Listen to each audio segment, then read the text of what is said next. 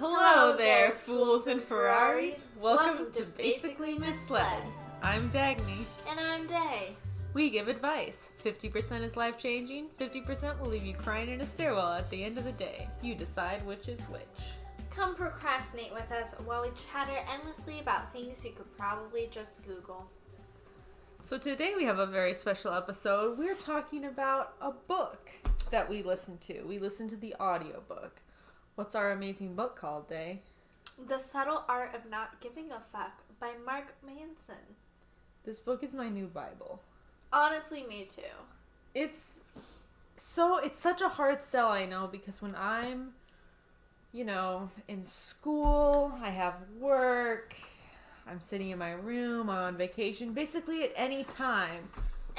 I'm basically like, I'm like too busy. If somebody recommends a book to me, I'm not gonna read it. Like, I'm sorry, but I almost never do. This one I did, though, because it was an audiobook, and I just decided to. Right. But I know that's very rare. So I know recommending a book, who's gonna, people are busy. But honestly, even if one person reads it, I feel like it's totally worth it. The book is that good.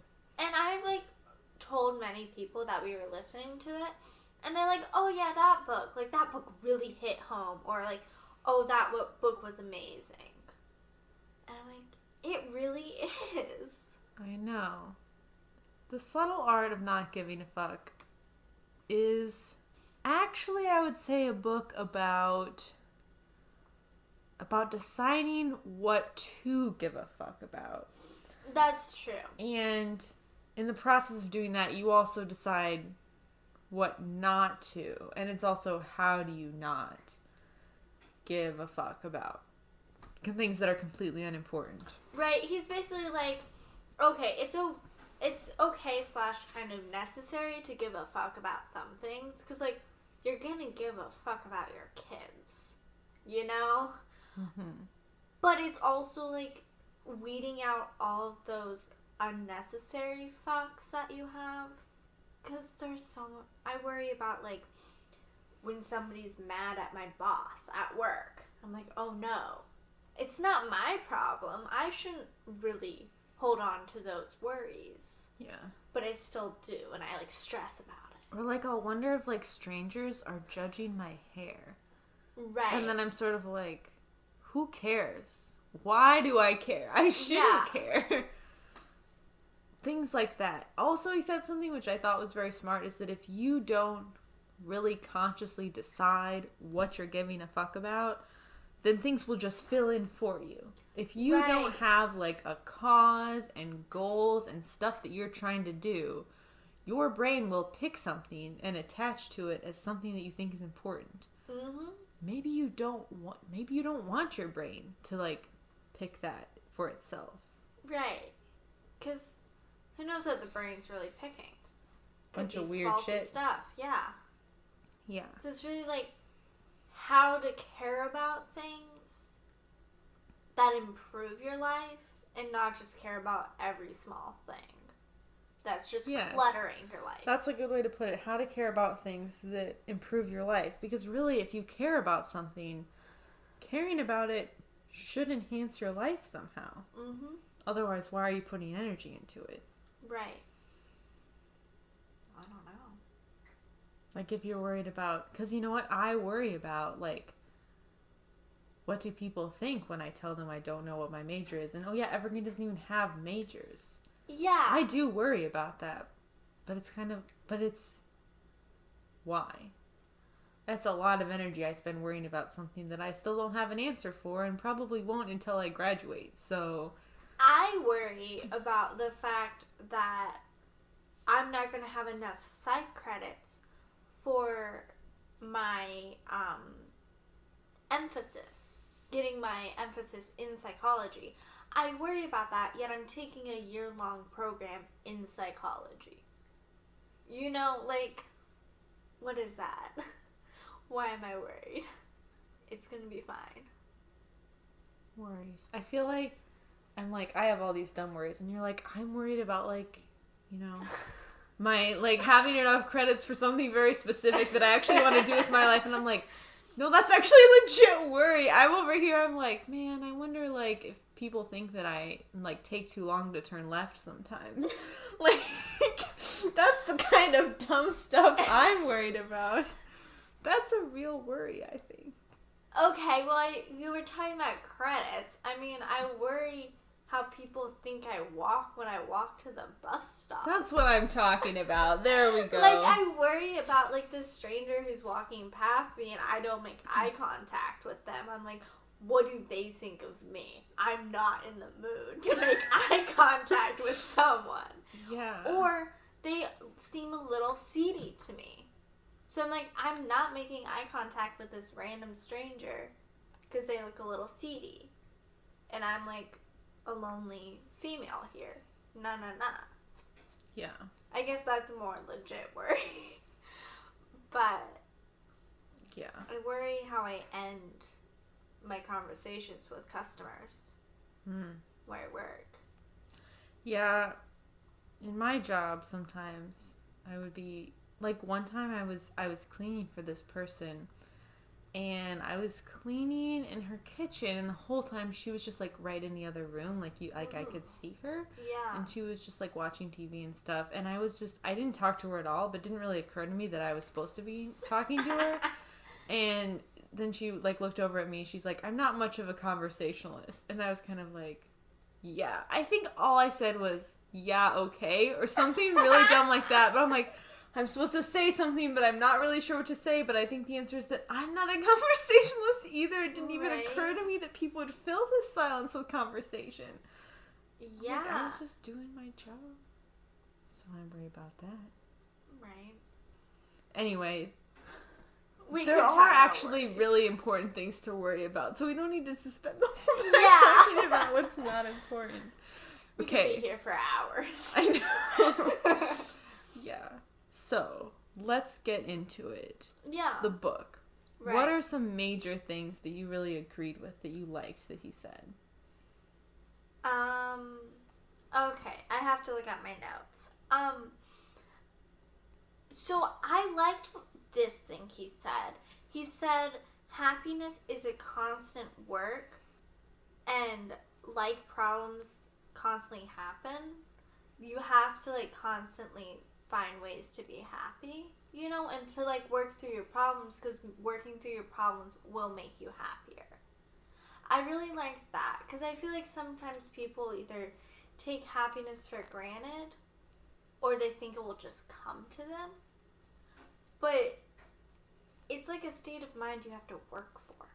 Right. Or that he used the word entitlement a lot, like, people are entitled to be happy.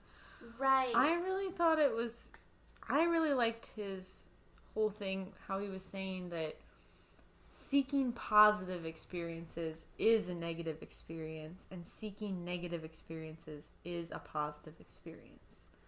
Yeah. And that sounds so...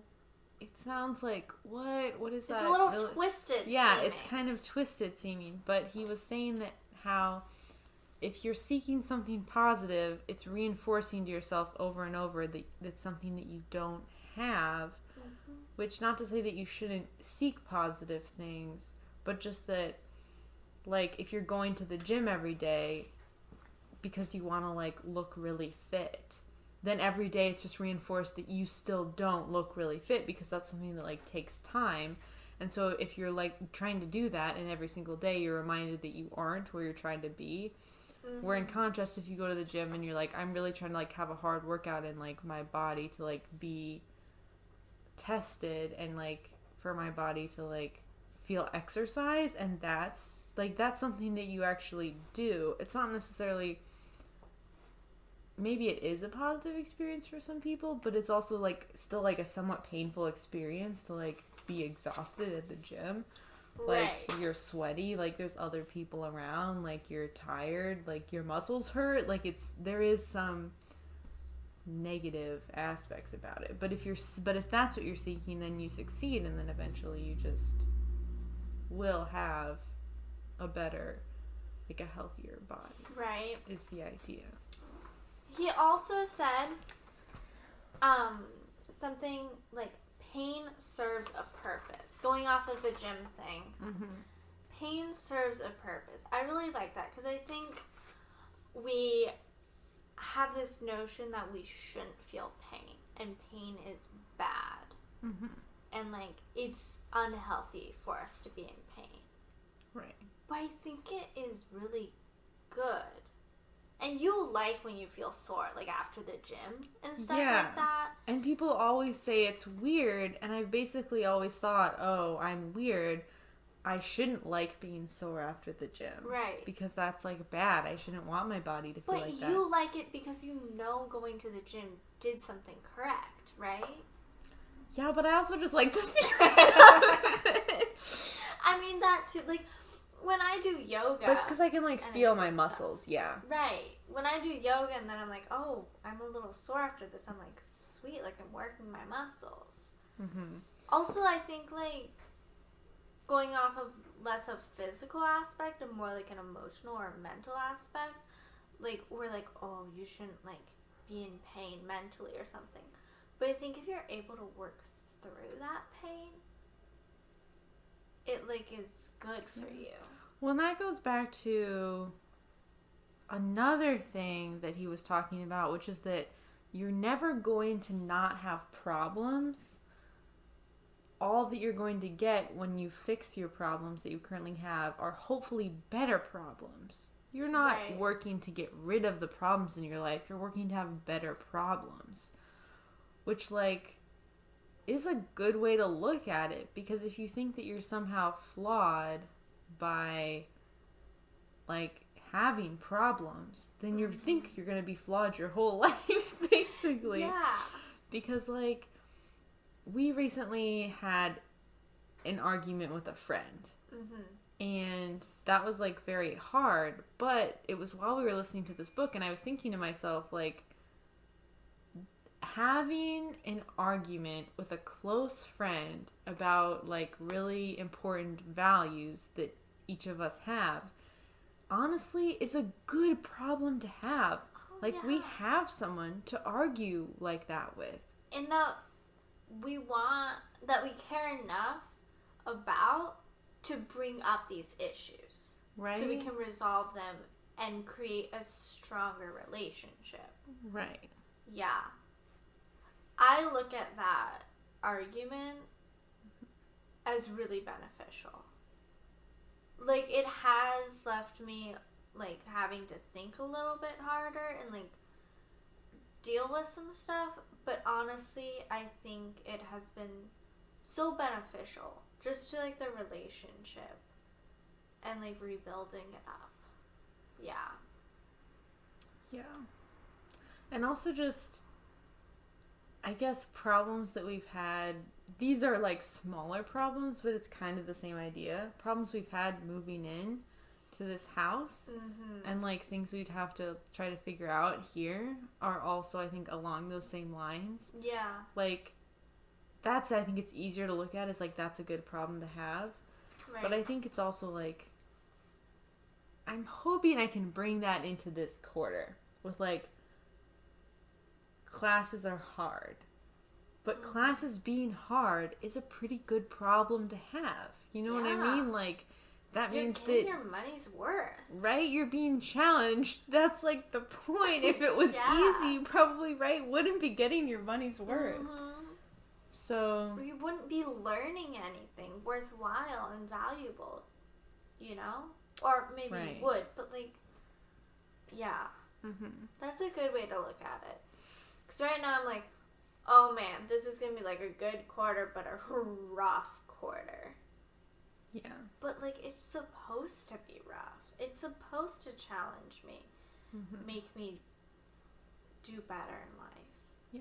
And I guess, and that's also, I think it really makes me also think of, like, relationships. Like, if people are, like, nervous about, like, dating or, like, talking to someone or just, like, being themselves in any relationship, even, like, friendship, I'm kind of like,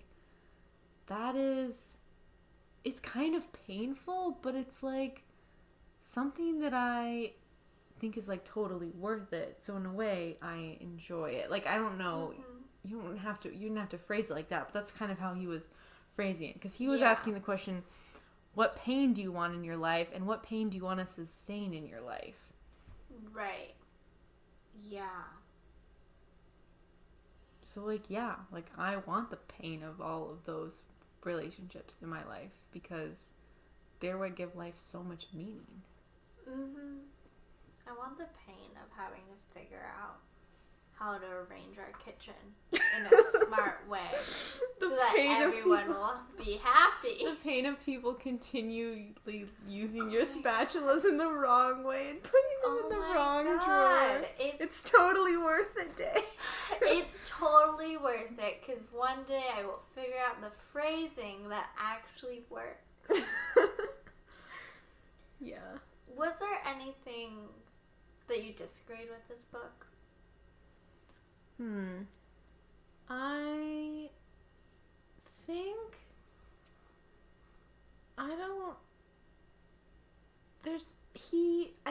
I would say that it wasn't, I think on the whole, his big ideas, I did agree with 100%. I think some of the way that he phrased some, like, points, or, like, the stories he used to make some of the points is not, like, a route that I would have taken. I agree, yeah. But I don't think... But I really do see that as more like a personal preference than necessarily me disagreeing with his philosophy. I think I agree with his ideas.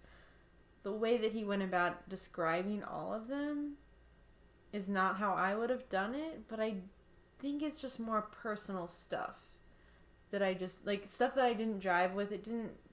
I didn't really feel like I was disagreeing with him as much as just, like, it wasn't really how I would like to receive that information. There were some stories that were really good. Mm-hmm. Really pinpointed what he was talking about, the way he was talking about it. Funny in general. And then, I can't think of any right now, but I remember having this feeling, like, with one or two of his stories where it was just like, why is he bringing this into the picture? Like, is this really proving his point well? Yeah.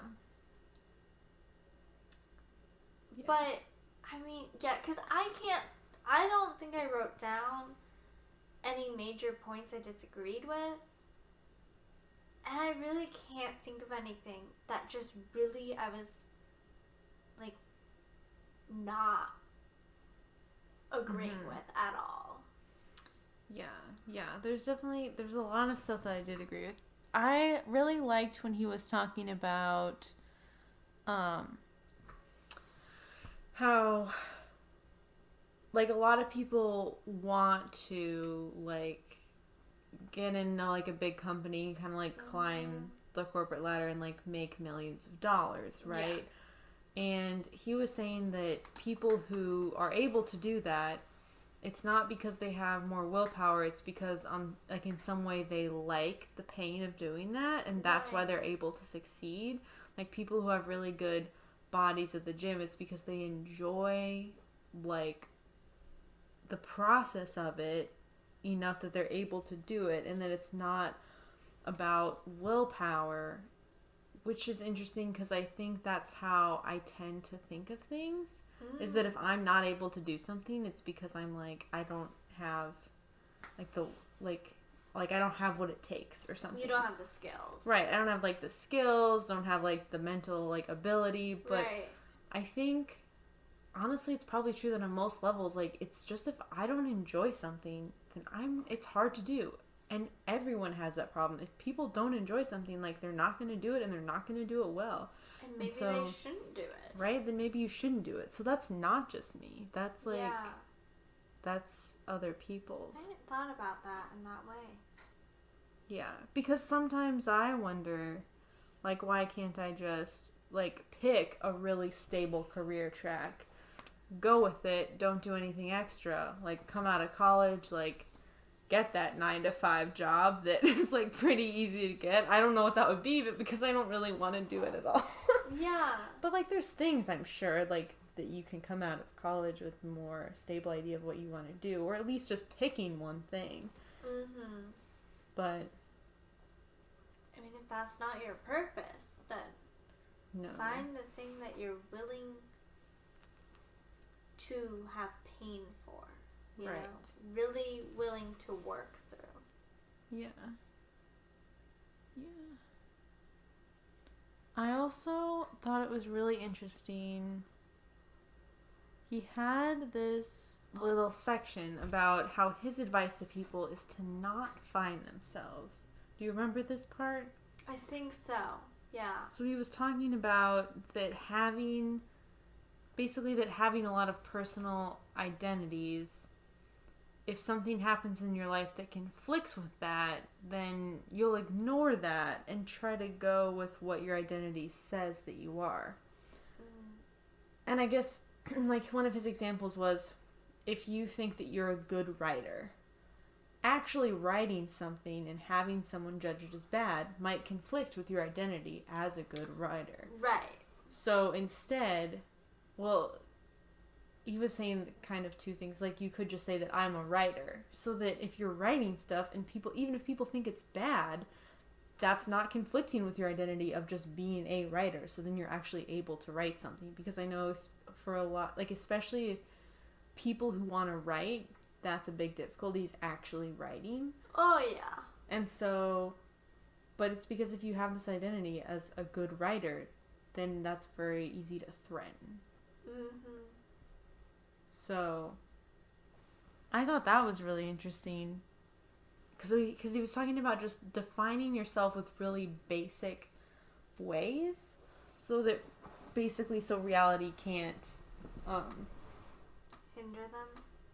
so reality can't threaten your identity. Threaten, right. And that's really interesting because I, like, love labels a lot. I like to label myself. I like to label, like, everything about stuff. And so, but it seemed like it was definitely an interesting idea to label yourself less so that you have room to just be whoever it turns out you are instead of whoever you were guessing that you were. Because that's interesting, and I think I do remember that, but I always feel like I need to put a label on myself. And the label often is, I'm bad at this. Mm-hmm. Or I'm great. You know, there's no real in between. Because I'm like, oh, I'm not good with biology. I'm horrible at it. Well, truth be told, I've only had one class, and that was in high school. How do I really know how I am? Mm-hmm. And I think I went into biology thinking I was bad. So that probably hindered me even more. Because I was like, I can't do this. When really, I did it well. I mean, I got an A. Or a B. One of the two. But, yeah. Yeah. I think I've really let go of any identity of being a good artist before I've read this, but I think it's because of that, is because the idea of being a good artist, because I've, like, done art all my life, and I've, like, tried different types, but the idea of not being a good artist has put a lot of fear into me. Yeah. A lot of, like, fear of doing anything art-wise, because what if I do it and it's bad and I'm a good artist? That means I was wrong and I am not a good artist anymore. I'm taking 8 credits of art this upcoming fall quarter, and I keep getting so scared because I'm like, what if what I do is really bad? Because I do have a perception of being around people that I consider really good artists growing up. Like, my classmates were just really good at art. And growing up and just comparing myself to them, and then just feeling like I wasn't doing good enough work. And so I never take art classes because I just feel like I'm going to compare myself to these people. So I think it's going to be, I should shift my perspective of how I view myself as an artist going into this quarter. Or I don't have to. Yeah. I mean, it really works both ways. Is that if you see yourself as good or bad at something, then you're limiting who you can be, like, going forward. Whether or not it's because you have a fear of being, of, like, not living up to yourself, or to just basically confirm what you knew all along, which is that you suck. Right. That's also something that can be where, like, bad. Yeah. Yeah. Yeah. You said that you had a thing that when it was talking about fear in this book, you really related to that. Mhm. I did say that. Yeah. Yeah. I'm trying to remember what specific part it was about. 'Cause, yeah, that last part, I really felt like hit home. 'Cause in the last section of the book, he's talking about, like, what that subtle art is. And basically his final point is that we humans have been conditioned to fear death. When death is really, like, the only thing we know for certain. Because everything we do in life is unknown. You make soup tonight. How do you know how you're going to feel tomorrow? You don't. You might have just poisoned yourself, you know? Or you might be like, oh, that soup really helped me. But we all know we're going to die. And I do fear death. But it's not really for myself. It's for the people that I care for. Because I have experienced deaths in my life, and it's really hit me hard. But I think that I don't know. I do fear many things in my life. I am a fearful person in some ways. And so it's just kind of interesting to think, like, that we shouldn't fear those things. Those things should be our, like, motivator for, like, being good and great in life. And, like, living life to the fullest. Like, you're gonna die, whether you know it or not. You don't know when you're gonna die either. So why don't you have that carry you through life, doing what you should do in life, like what you want to do in life, you know? Am I making sense? Yeah, I've heard people, I definitely have heard death used as, I think, yeah, it's like, as a reason to, like, do things now, to, like, motivate you to live. I don't know. I don't fear death that I am aware of. I haven't had a lot of experience with deaths around my life, and so I wonder if that will change when that happens. Yeah. But right now, I really don't. So I've never really thought that dying was a good motivator to do things now as opposed to later. I'm not really sure why that is, but to me that's less motivating. I guess if only that, like, well, you're gonna die eventually, so who cares what you do now? Right. Like, I kind of get that angle a little bit, but not as much the angle of, like, you only have so much time before you die. Do things now so you can do it before you die. I don't know. Yeah. I don't know if that's pessimism or not. Right. Might be on that line.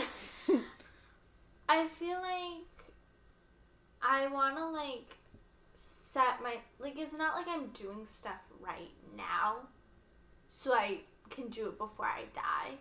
I think, like, right now I'm trying to set myself up for my life so that I can live my life the way I want, like, and have a healthy lifestyle. And it's not really because I'm gonna die. It's just because I want to be able to, like, do things in my life and be happy. Have that good pain, you know? Yeah, gotta have that good pain. Yeah. Yeah. One thing that he was saying, which we kind of brought up earlier, but he said it a lot when he was talking about death, was entitlement. Like, he talked a lot about how he felt that us humans believed we were, like, entitled to be great and to, like, do greatness. And, like, that we deserve greatness, you know? And he was kind of like, that entitlement will isolate you. You know, like, you're not gonna be happy. You're just gonna, like, think you're better than other people. Or, like, worth more. That's not gonna get you anywhere. He used the word entitlement a lot in this book. And actually, it's been one of the most useful ways I've ever seen entitlement used. Right, Entitlement gets thrown a lot. I mean, probably on a lot of college campuses, but especially at Evergreen. Mm-hmm. And I usually, like, hear it paired with, like, people are entitled.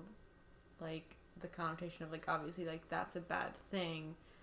And they're really not fun to be around because of it. That's a nice way to put it, but that is a message that I hear a lot, that people are entitled and they're not fun to be around because of it.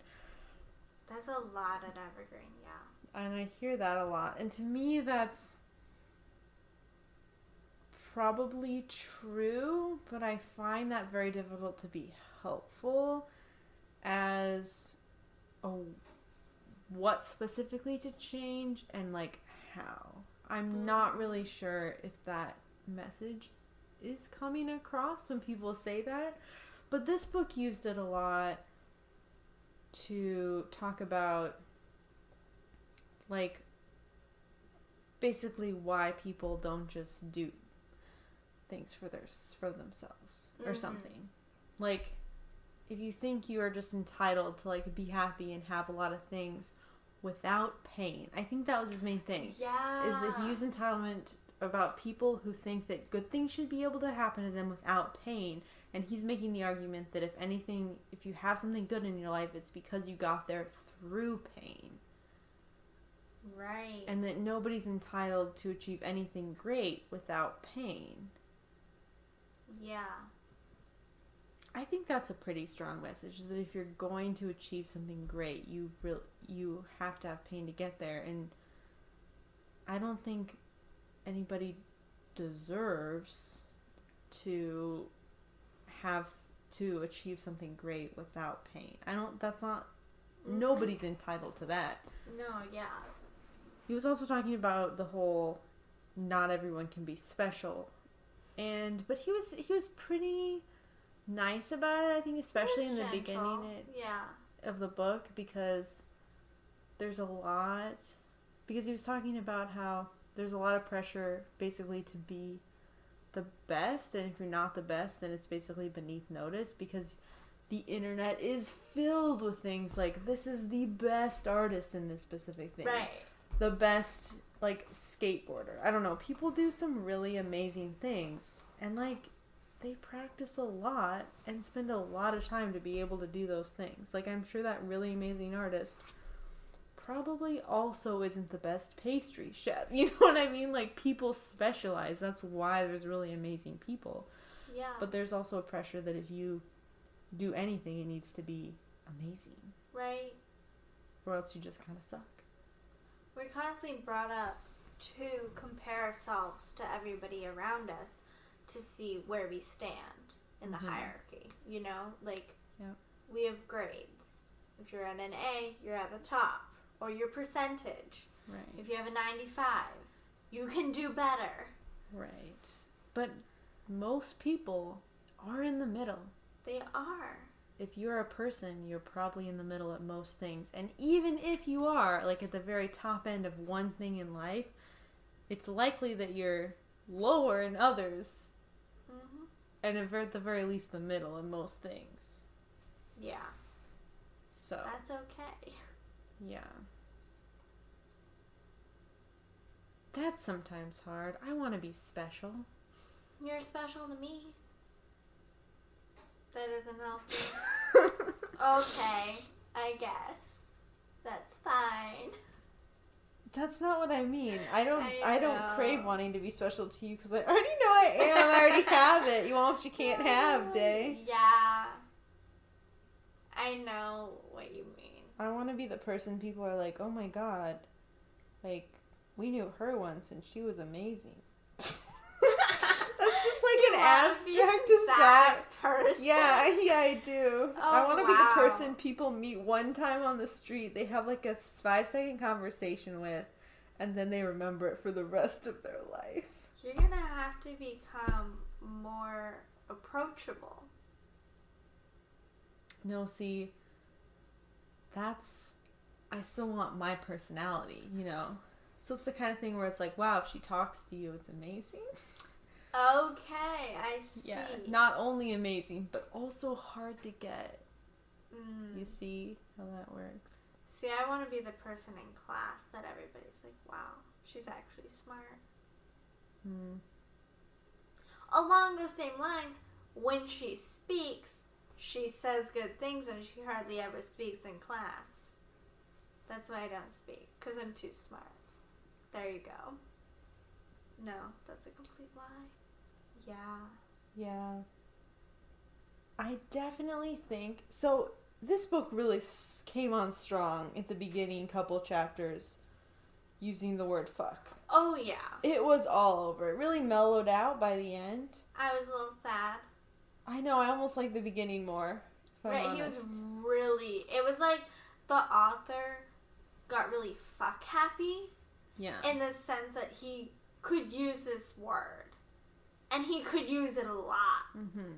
Because who's going to pick up a book that says fuck in the title and then, like, be shocked when they use fuck?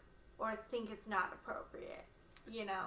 I feel like, because I have read some, like, self-helpy books, I think this was a contrast to them in the way that if you're a type of person who reads self-helpy books and then you're reading this book, it's like, you need to stop giving a fuck about all this stuff. Right. That it's like kind of a shock value. It's got kind of a shock value. Yeah. I definitely think this book had a lot going on. I feel like I need to listen to it again, honestly. I do too. But it's a busy book. It is. There's a lot going on. But I think when I look back and I'm trying to think about like something that I got from this book, I'm like, I think of something that I'm afraid of, and then I think, why? That's dumb. Why do you even give a fuck? Which the book is much more complex than that message. So more complex. But that's the message that I'm taking away into my life. Yeah. And actually, it's really interesting because, so at the end of the book, he's talking about, like, standing at the edge of a cliff about how the body, like, realizes you're close to danger. And if you've ever kind of stood on a cliff, you do kind of feel like a little bit... Oh, yeah. Like, what matters? Like, you do, in some ways, you, like, can get, like, a sense of, like, you don't even have to, like, be on a cliff, but kind of, like, looking out. If you've ever, like, been really high up, like, on a mountain or something and looked out, or, like, looking at the ocean. Yeah. You can sometimes get that feeling of, like, the stuff in your life, like, what's important can kind of... Sometimes just, like, happens, you know? You're like, what's really important? I don't know. Maybe that's just me. No, it happens to me as well. And so, but he was talking about that and, like, fear and stuff, and I remembered this, actually, is that, so, in my second quarter at Evergreen, I had a teacher at the end of the quarter, and this is just after I had presented this paper that I wrote that honestly to this day I have no idea what it said. It was so horrible. I was so anxious about writing it and researching for it that it was basically complete crap. It was so bad. I honestly, just thinking about it makes me want to go into my computer and delete all evidence of its existence. Like, no. That's how bad it was. I honestly have no idea what it says. Can I read it? Oh my god, no. So this terrible paper, so I just, like, presented this, like, terrible paper. It's, like, the last day of class, and I was like, thank god that's over. But I did really have a good time in the class, and, like, everyone was, like, saying goodbye to the teacher and stuff. So I, like, said goodbye to the teacher. And she was like, you have nothing to be afraid of. And I was just sort of like, what? But I still think about it. That's powerful. It is, because she just, like, looked at me and she was like, you have nothing to be afraid of. And I was like... And in the moment, I was really like, you're right, but it's something that I forget constantly. It's hard to remember that. And I was thinking about it last year, and I was thinking about it again listening to this book, is that I'm afraid of a lot of things, but the fear is almost never useful. Mm-hmm. And I think fear is useful for a lot of things, so that's just an evidence of how much I'm afraid of basically everything. Is it almost is never useful. It's useful when you're scared of a spider. Boy, oh boy, am I afraid of spiders. I don't think not being afraid of spiders will do me any good. They're still freaky. That's because you have me and I'm your spider remover. Yeah, I know. Do you want to remove the spider that's outside of my window? Is it actually on the outside of your window? Yeah. Why does it need to be web removed? again. It's outside. Because I look outside my window and I see its creepy 8+ eyes staring back at me. Spiders live outside. Yeah, it's what Charlie considered a jumping spider. Oh, right. She just kept shouting about how it was jumping outside the window. And I'm pretty sure that means it's going to jump through my window, through the glass, and attack my face. Isn't there a screen?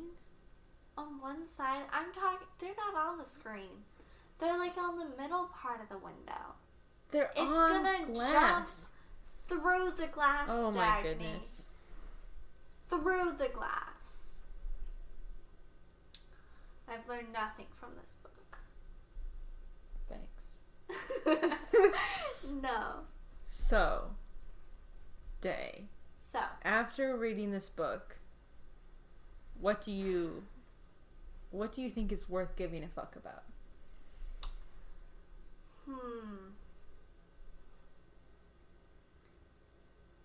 I think people are.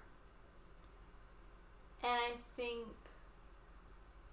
things you're really passionate about that will further you in life and benefit you in life. You know?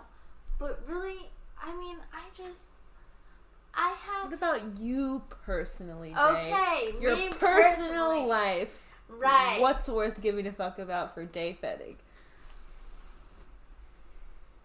Other people. Just all the strangers outside the street?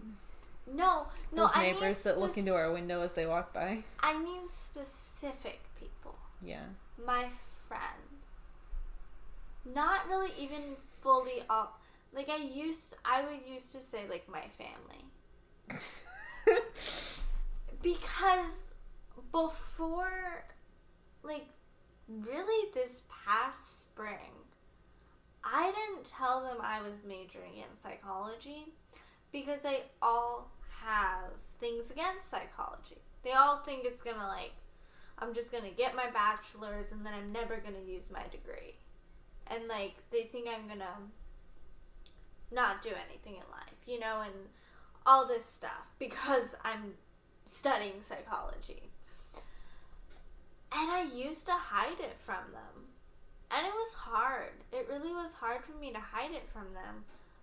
But now I'm kind of like, who gives a fuck? It's what I want to do with my life. It's what I think I'll be good at in my life. Usually I think that way. So I really don't care in that aspect.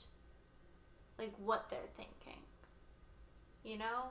And I think that's something that I've really been trying to accept, but this book kind of just honed in, like, you really don't have to care about them. It's fine. They're your family. You can love them. But you don't have to care what they think you're going to do with your life, because honestly, it's not their life to live. And,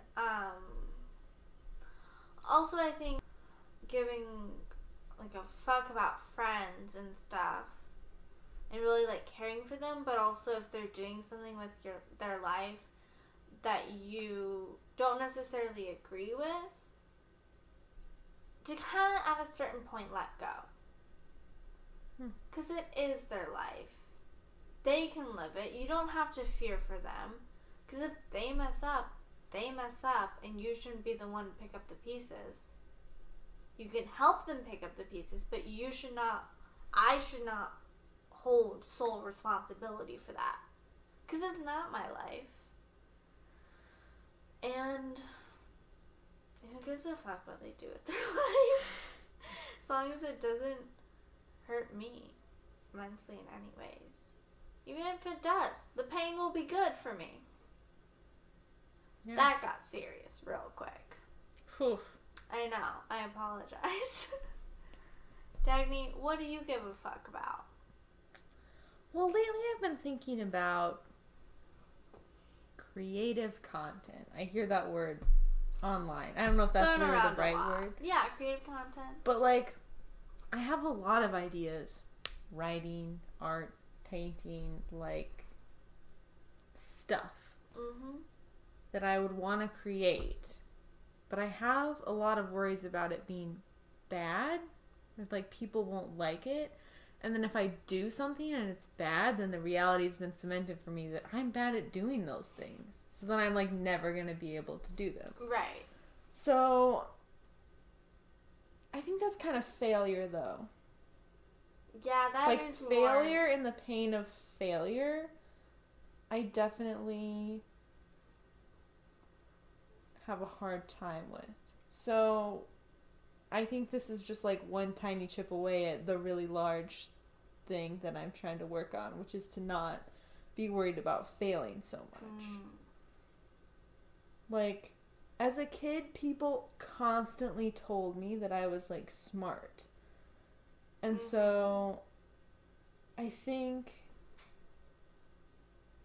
that I do worry about doing things that will conflict with that. Like, if I do something and it doesn't work out, then, like, maybe I'm, like, not smart. You know? Right. Yeah, I relate to that. And I think it's partially because, like, I did have a lot of, like, I was really depressed in high school. And a lot of things that were easy before, I completely failed at. So I remember what it was like to fail. Didn't like it. I don't want to be like that. But it sort of haunts me. But I think also just, so making creative stuff, but also, I guess this is kind of the bigger category, is just like, doing whatever I want. Yeah. Like, and if I think to myself, I wonder if I should be doing this, and then I'm like, who am I worried about judging me? And then it's usually people that I shouldn't give a fuck about what they think. Right. I should just be me. But also judge myself by better standards. This is sort of getting off topic, but he was talking about how if you have, like, really impossible standards that you're judging yourself by, even if you would be successful by someone else's standards, it doesn't matter if you're judging if you're judging yourself too harshly, basically. Okay. So basically, I just need to think I'm a wild success. Which you are. Constantly. I'm a wild success. Look at your life. You're so successful. I'm sitting amongst, like, 3 really spread out papers. What's even in this binder, I don't know. And just, like, some torn up papers. I mean, I'm a wild success. Yeah. A purple blanket, girl. I know. I'm sitting on a couch that I put a pillow under the couch cushion so the couch cushion wouldn't sink down as far, because apparently people are annoyed by that. Apparently. I would say I'm a wild success. I mean, we found that couch on Craigslist. Look at us now. We've got it. I know. We were able to get it for the lower price. I know. Yeah. Dagny, we have a house. We're a wild success. I know, just getting this house, I'm pretty sure that means we're a wild success for at least, like, what are we getting, like 9 months? I'm going to call it 9 months. I think the fact that we found a house in West Olympia. Well, don't tell people where we live. West Olympia, Lacey, East. Yelm. Like, it's all kind of the same area. I think we might live in Centralia. Yeah, sometimes I wonder if we're, like, kind of in West Tacoma. If you know what I mean. Oh, yeah. Like West Tacoma with, like, a smidge of Shelton. And, like, in the same location. And, like, a dash of, like, Lacey. Yeah, like, maybe with, like, the sign from Forks for the Twilight people. Uh-huh. Mm-hmm. Maybe the ocean. We might have a bit of, like, we might live in Seattle neighborhood territory as well. Yeah. And, like, you know how I love the highway towards Tumwater. Oh, it's the best. That means a lot to us. Yeah. Really, the highway towards Tumwater is our home. Yeah. I would say. I live on the highway. You know that point where you can see the mountain in the distance? Oh, the best spot ever. That's where I live. Guys, we say we live in a house. We live in the streets. On the highway. In a moving vehicle. In a moving vehicle. When the car stops, it's not home anymore. Nope. And it's not an RV that we live in. No. No. In fact, I'm building a treehouse next year. Next year? Yeah. Okay. On the highway. Perfect. Can it, like, just latch on to random cars? And, like, it's a dragging treehouse? No, I think, see, what I'm picturing is, have you ever seen two trees that people have made to arc together and meet in the middle to go up? Uh-huh. See, I'm going to plant those trees on each side of the highway. Okay, so you're going to plant them. Yeah, I'm going to plant them. They're going to grow together in the middle, then go up, and the treehouse is going to be on that middle part. How old are these trees going to be when you plant them? Oh, they're going to be like about 150 years old. Oh, okay, so they're already really established. That's good. They're so established. I'm just going to transplant them right into the ground. Those roots are going to be real long. I mean, I'm thinking about, like a mile of dirt. That's definitely how you measure dirt, is in distance. Oh, yeah. And it's about a mile.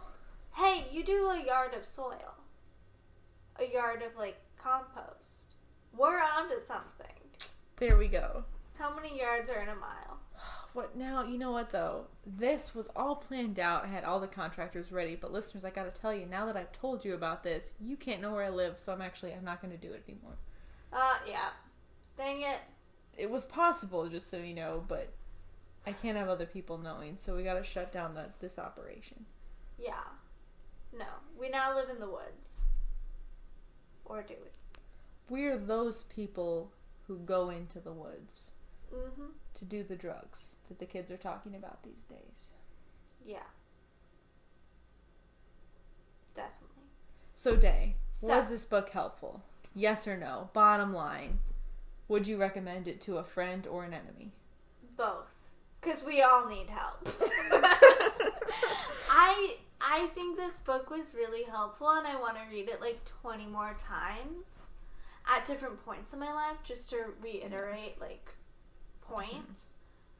But overall, yeah, I think it's really helped me. Solid yes. Yes. You too? That's my answer. That's it's your a solid answer. yes. Yeah. So, go out and read this book if you have time. Or listen to it. Listen to it. That's probably easier. You have time between trimming your toenails and vacuuming your cat. You could listen to it as you walk to class. And walk back from class. Mm-hmm. Little blurb here and there, you know? Yeah. Or when you think your teachers are dumb. Right? Just put in a headphone.